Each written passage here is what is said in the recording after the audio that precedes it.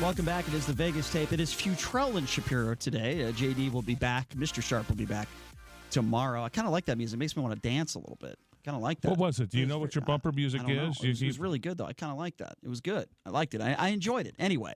Can I get some requests? Can I put in requests? No, because your request will be like 50 years old music. It'll be some Zeppelin. No, well, Zeppelin's okay. But Call me when Page and Plant do. I don't want to hear Buddy Holly or Elvis Presley or the Big Bopper. I'm just not in the mood for that today. Oh, okay. This is so funny watching the State of the Union because I've watched a little bit of it. We go to break. We got half the people, the people in the room, the Republicans, standing up and clapping, and then we got the entire other half just sitting in their seats. It's so childish. Do we see how dumb politics are today? Here's what's crazy. No, here's what's dumb is sitting down when Trump talks about the great economy we have right now and how great things are going with the economy, and people on the left sit there with their hands in their lap. Know. What? You can't even cheer during the economy? I'm going to go back and I'm going to watch this. I don't know if that's the case. I'm sure that there are certain things that he has said in this speech that are very unifying that both parties would stand up. I'm just trying to defeating ISIS. Have them on the run. Okay, well, Can we're you not cheer for that. We're on the left. If you want to talk about that issue, Ron, he said we've defeated ISIS. That's what he said. And then we have our intelligence and people coming out saying, well, no, that's not true. So we will never defeat terrorism. Well, then tell the clown in chief not to make comments like that. Gotcha. Okay, that's all I'm saying. Don't say things that aren't true. We will never defeat terrorism. Then tell your president of the United States not to say stupid things every day. Okay. Yeah, we haven't defeated ISIS. Well, Obama They're called resurging. them. Our own intelligence says that. Obama called them the juniors. What do you call it? The JV team. And I'm not going to defend that. And I'm not going to defend that comment either. I want any president, Republican or Democrat, to say things that are factual, and the president doesn't do that. That is just simply put. He just doesn't do that. Anyway, we're talking a little about the State of the Union address, which is concluding here in just a few minutes. We were talking about Trayvon Martin. He would have been 24 years old today. It's scary how time flies by. That was just a tragic situation. And now this is a story that's kind of bothersome to me. Apparently, a court has ruled that Jerry Sandusky should be resentenced after turning down his appeal. This is a bizarre story. This is a little bit weird. Apparently, he lost a bid for a new trial, but a Pennsylvania appeals court ordered him to be resentenced for a 45-count child molestation conviction. So now Sandusky's going to be back in a courtroom. I would imagine some of his victims will be in that courtroom as well, having to relive this sort of thing. This guy, how does this guy not have life in prison with no chance of parole? Why are we even doing this? Okay, the guy should get the electric chair as far as I'm concerned. Do they even have the electric chair anymore? I don't even know. But, I mean, this guy should just be off the face of the planet of the earth. If somebody... I'm going to get criticism for saying this, but I'm just going to say if somebody assaulted Sandusky and he lost his life behind bars, I wouldn't feel bad for the guy at all. I wouldn't have the guy is just a piece of garbage. I saw an interview with a guy who killed Jeffrey Dahmer in prison. Remember Jeffrey Dahmer? Of course, Milwaukee serial killer. Serial killer that kept some of his victims' remains in his fridge for later consumption. Okay, so that Jeffrey Dahmer, that's as tactfully as I can put it. Anyway, the guy who saw something with the guy who killed him, and he was killed in prison with a broomstick placed in up in a position that broomsticks normally don't go, but it was very forcefully put there. And anyway, he says, I was afraid for my life. I didn't want to go to sleep in that prison because I was afraid he might come and try to kill me and consume me, because that's what he did with his victims. And so he said, I took him out. It was a guy that had a life term, and I think the prison guards looked the other way. It was like, let's send Whitey Bulger to West Virginia, with the prison where the other mob killer is, and they'll take him out. Okay, so that nobody that wants truth and justice and minds that sort of stuff happening in those settings. Are you okay with lethal injection? Are you okay with the death penalty for some? I'm okay with the death penalty. Yeah, so am I. Yeah. I think, the argument's made that, if you spend the rest of your life in jail, it costs the taxpayers a lot more money than if you just put them to death. I don't want Tex Winter down in Texas. Where was he at? Who committed the Tate LaBianca murders and under the? I don't want him procreating. He's had 4 kids. Okay, this guy has had 4 kids while he has been in prison in Texas. Okay. Let's. Maybe you're going to disagree with me on this one, and maybe a lot of people will disagree. Why is he still alive? Well, he's dead now, but why was he alive? If you premeditated murder, I'm talking about. If you kill somebody intentionally, maybe it's. Let's just say Chris Watts, for example, that bastard who killed his 2 young daughters and his wife. That's an extreme case. How is that person not put to death? Please explain that to me. in those instances, we have to set an example. And I know some people are not eye for an eye. They're the ultra-religious people. But, somebody kills your daughter or your son. Let's see if you feel the same way. I'm sorry. What do you say to someone that is out, committing a robbery? I remember there was a friend of the dude who lost his life at a local Lee's Discount Liquor. I was actually a friend with his girlfriend. Oh, okay, the shooting. And, I was doing a show at another station at that time. This poor kid who was just he had a couple different jobs, just trying to make a living and get by. He actually saved the life of a pregnant woman that was working that night. And these bastards walk in there, and this one guy unloads his weapon and shoots this kid 4 or 5 times, and eventually he just bled to death in surgery, and it was horrible. He lost his life, and it's terrible. I had his girlfriend on my show, and it was just a horrible situation. Anyway, all 3 of those people that were involved, including the person who pulled the trigger, as far as I know, did not get the death penalty. And I'm thinking to myself, if you try to rob somebody and you kill somebody in that process, some of these people are only getting 20, 25 years. And I'm thinking to myself, it's unbelievable. Driving under the influence is a very different deal because it's not like it's premeditated, right? It's involuntary manslaughter. Well, there is grades. There is, you can go from different degrees. One of my wife's good friends was killed by Ted Bundy. Okay, so have you seen Deborah Kent from Bountiful, Utah? Went to Viewmont High School. If you watch the Ted, by the way, if you haven't seen it, Netflix. I'm 3 episodes into it now.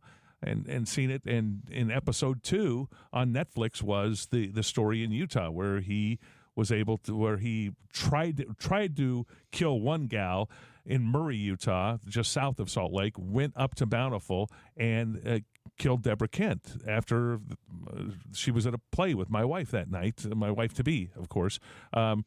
Anyway, so bless Florida for taking out Ted Bundy. Finally, he escaped twice from Colorado.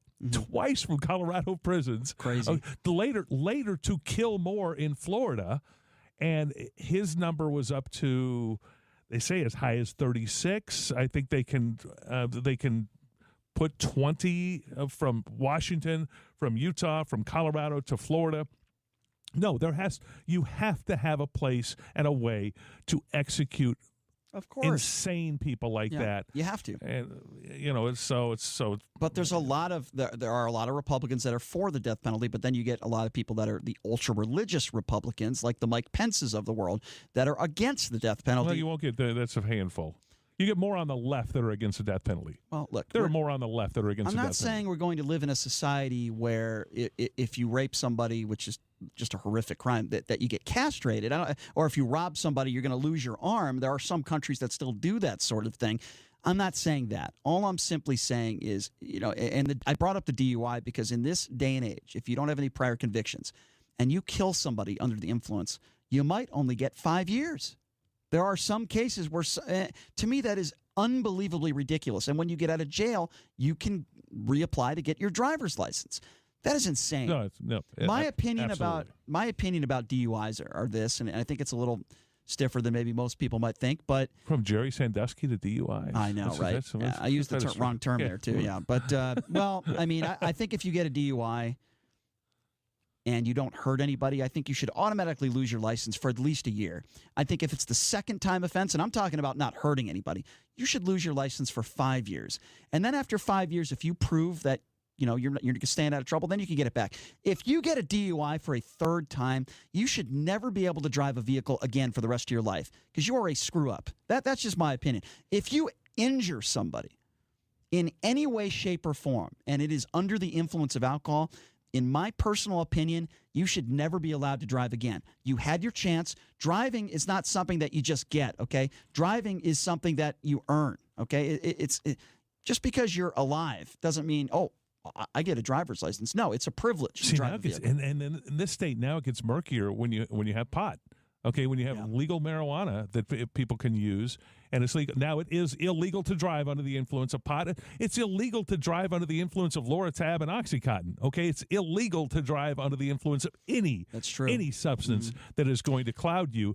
But now we live in a time where the Jessica Williams. This goes back to around early 90s, when she was driving from Mesquite to Las Vegas and killed 5 people, injured many more out on the roadway when her car veered off the road. thought at the time, immediate thought was she was high on pot. She said she had smoked some pot earlier that day. Whether she was still high, that was a debate. She's still in prison for that. She will be in prison, I think, for the rest of her life for that, if I'm not mistaken. So we've had cases where that has happened. Now it's getting murkier now, folks, on where we go with this getting behind the wheel under the influence, and it's frightening. I mean, to me, I don't have addictions when it comes to alcohol or smoking marijuana, thank God. But to me, it's pretty simple. If you're going to get into a car, don't drink. If you're going to get into a car, don't be high. I mean, to me, it's or have somebody with you. If you know you're going to go out and have a great time, or you're going to get high or drink, have somebody with you that you trust, that you know can get you home. Or in this day and age, Uber is so cheap. The point I'm trying to make is there's no excuses anymore. Right. There's too many means and very inexpensive means to get home safely. And I don't feel bad for that woman. She killed a bunch of people. I don't feel bad for it at all. If she spends the rest of her life in prison, too bad. She's still eating 3 meals a day. Not a great life to live. But what about those people she killed? What about their families? I don't want that woman to be out there. She might do it again. And even if she doesn't do it again, I'm not sure she deserves that second chance. I really don't. Marijuana, a little bit different than alcohol. I think alcohol far more dangerous. That's just my opinion. You get into a car, you could have 2 or 3 beers, or as a woman, you could have 1 glass of wine and you could be over the legal limit. Everybody's body is different. You need to know what your limitations are, number one. Utah is considering changing the law down to, I think, 0.05. Might be 0.06, 0.05 or 0.06. Then you got to be more careful. The first state of the union that's going down to that. I think in Nevada it's 0.08. Is typically that's the national amount right now for blood alcohol content. But Utah is considering going down even lower. So just a word of warning to folks. And there are people that are listening right now that can hear this in Utah and throughout the West right now on those things. Just don't do it. Come on. Yeah, I just think it's one of those situations where getting behind the wheel of a car is a dangerous machine. Let's just call it what it is. If you don't operate it correctly like a gun or anything else, it can kill you or somebody else or a number of people. You have to be very, very careful. And in this town of Las Vegas where alcohol is just so easy to get at any time. I grew up in Connecticut where after a certain time, I think it was 9 p.m., if I'm not mistaken, you could not buy alcohol. And a lot of people didn't like that law, but I actually think it saved a lot of lives. Okay, now the alcohol thing. Now I'm going to get into something else, which is similar though, and talking about using phones. Okay, when you drive. Here's what one way to try to help that, and I try to do this all the time when I drive, and that's eye contact and hand signals. Now think about this for a second. When I pull up to an intersection and I'm going to make, let's say, a right turn, and there's somebody who wants to cross the street, I will make eye contact with that person. I want them to see me to see them. I want them to know that I see them, and I will sometimes wave them across or let them know. Because right now, okay, and if you're walking, there's a pedestrian, make eye contact with that person that's in their car, because that person might have their head down into a phone. You're right. And you could be dead right. You could absolutely be right. dead right. A lot of pedestrians get killed in this city, and you're absolutely right. It's one of those things where you can't trust the driver. You have to take responsibility as a pedestrian. So drivers and pedestrians, what I'm suggesting here, and I do this, I overdo it. Okay, I like doing it. I like making eye contact with somebody who's a pedestrian in the roadway or another driver, or I'll make a facial motion to be you go first, you go here, and have that sort of interaction with somebody in a car.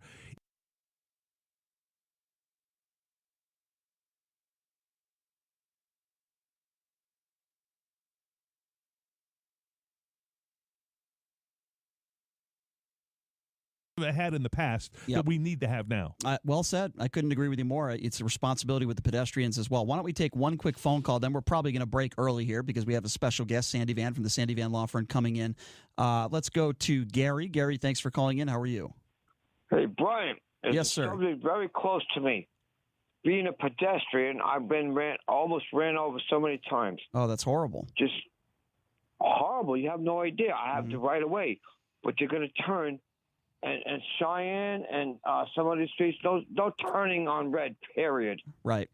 Let people walk and get exercise, and we have less people on Medicaid. Yeah, I agree. Yeah, good point. I don't disagree with you, Gary. Is great. Yeah. I love you. I can't believe you're on the radio.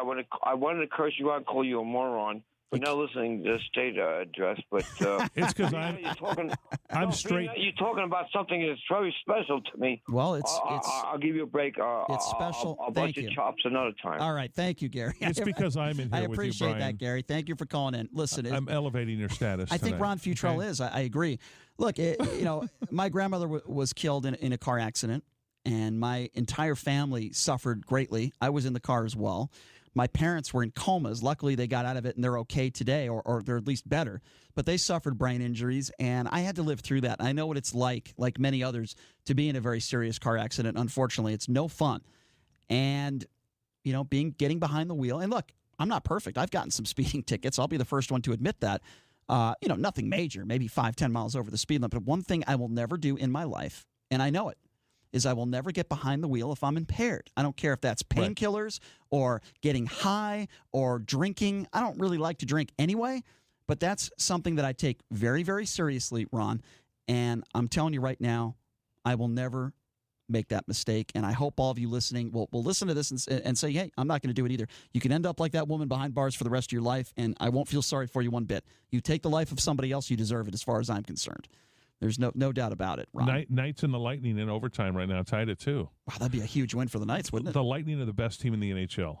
Okay, and the Knights have struggled. They've lost 4 in a row. They have. And they are now tied at 2 in overtime. So, hey. Speaking of drinking, though, if you're Tampa Bay. If you're going to have beer with anyone, it's one of the best people to have a beer with. It's an NHL player. They're great to have they're great to have a beer with. That's for, I remember when the Wranglers were here in town, and I used to go across the street, and they all used to be out there drinking. They were just some fun guys to have a beer with. They were very, very cool. Hopefully they were driving not while intoxicated. But speaking of the Knights, you're right. They have been on a little bit of a skid. But if they can beat the best team, arguably the best team in the NHL, this would be a huge win to get them back. It would be. No doubt about that. Well, I'll tell you what we'll do. Why don't we take a little bit of an early break, Ron, and we will take a couple deep breaths. And when we come back, we'll be joined by one of the best up-and-coming attorneys here in Las Vegas. Her name is Sandy Van from the Van Law Firm. We'll talk to her. Plenty of legal questions for her.